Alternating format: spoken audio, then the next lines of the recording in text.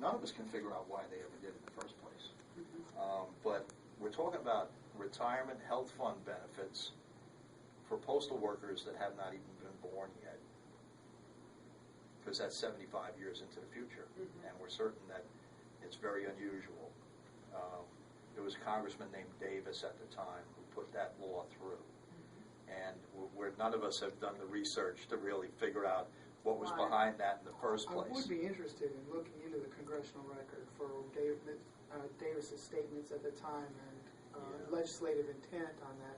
But I do think that even before we've done that, the fact that that pool goes, those 75 years of payments goes into a larger pool for a lot of federal employees that don't include the Postal Service employees, whose pension funds are at even greater risk. I think there may be a hint there as to what the intent might have been. The fact is that the GAO and the General Accounting Office and the Postal Regulatory Commission have done audits and found out that we've overpaid our retiree pension benefits by $50 to $75 billion. There's money in those funds that could transfer right over to this other fund and even everything out. And so what we're looking at right now is the fact that we're saying that the financial crisis that they're talking about is not real, because the money is in the retirement pension funds that could go right over to the retirement health care fund and fund it for 75 years into the future. The reason that the 50 to 75 billion dollars is in the retiree pension fund is because originally back in 1971, the actuaries were funding the retirement fund for 900,000 employees. And at this time, we're just slightly under 600,000 employees. So for years and years, we've been overpaying into the pension fund. Okay, somebody told me that the post office is the second major employer, or the second largest employer in the United States. Just to Walmart. But Walmart doesn't have to break even by law. Walmart is allowed to make a profit. So well, that's incredible. I can't believe that. It really is, because in 1972 the Postal Service was taken off budget, which meant no tax money would go toward the operational cost of the Postal Service.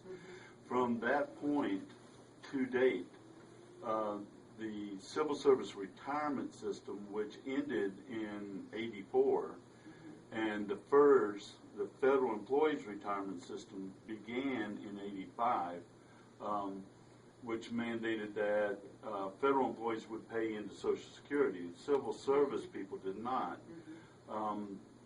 From that time, from '72, now the estimates are anywhere from as low as $50 to $74 billion overpayment by the Postal Service for their obligation to meet the retirement of the Civil Service employees covered under Civil Service retirement system. Were any of you guys there in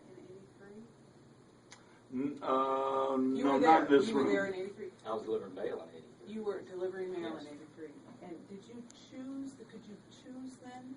I think there was a period of time when you could change over from civil service to the federal employee retirement system if you desired to. Because like the Veterans Hospital, they choose.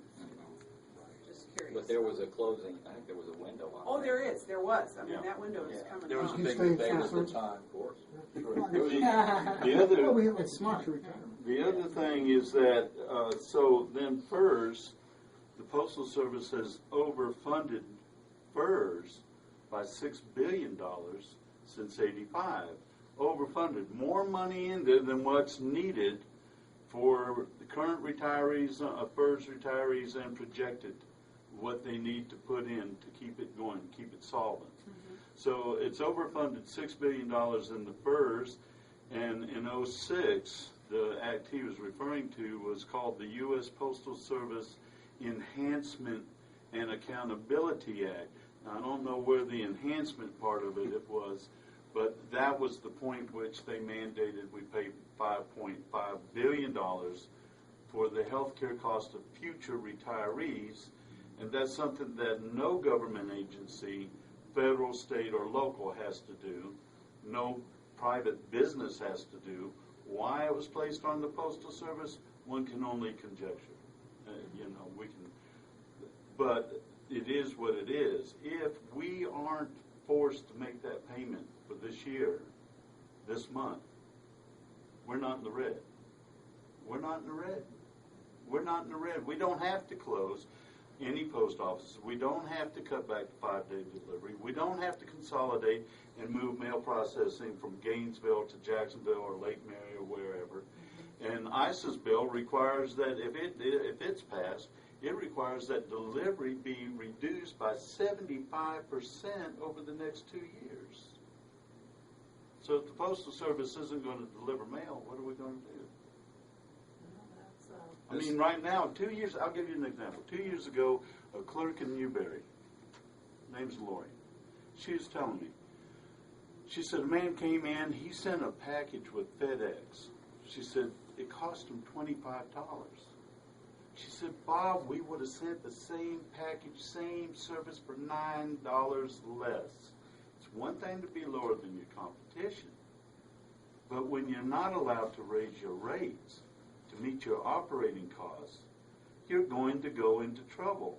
And even still, if it wasn't for these mandated payments that nobody else has to make, and if it wasn't for us overfunding the FERS retirement system, all of this wouldn't even, nobody could talk about us being in financial trouble.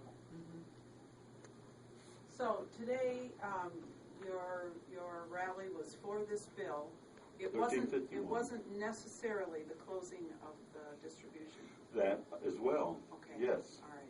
Primarily, us losing local jurisdiction of local mail. That's what I thought originally. That is primarily what we're talking about here now in Gainesville. Nationally, we have rallies all over the country dealing with 1351. Specifically, we want our congressmen to support 1351 and to oppose 2309, which is ICE's bill, which had him and one other co-sponsor. 1351 has over 200 co-sponsors. So we're wondering why.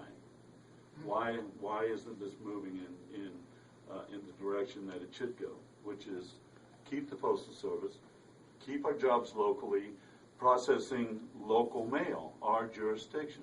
That's all we're asking for.